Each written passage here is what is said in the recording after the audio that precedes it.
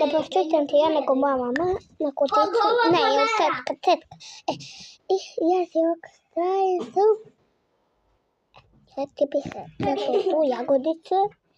I znaš, evo tijeka, ja ti stavim usna. Saro, hoćemo li da ja aj ti možeš, ajde, eto da podignem ručnik, a ti stavi balon ispod mučnika.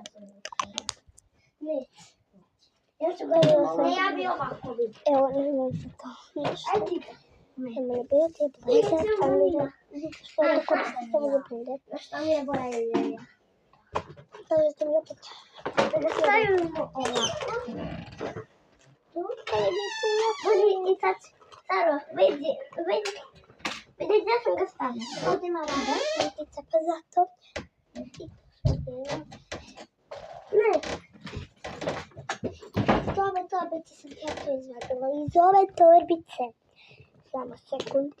Torbice iz Njemačke.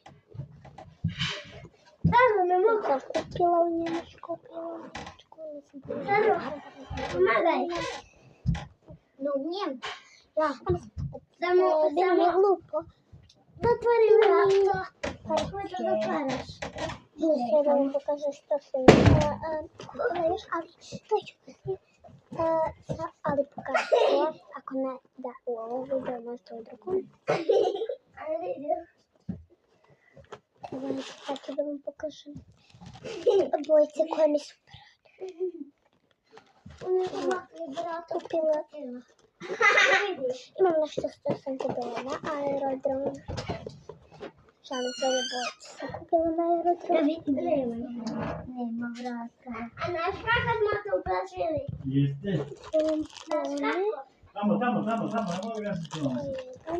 Hoće li mama moći prolazi? Samo prođite u sobu sam. Vratite me na košce.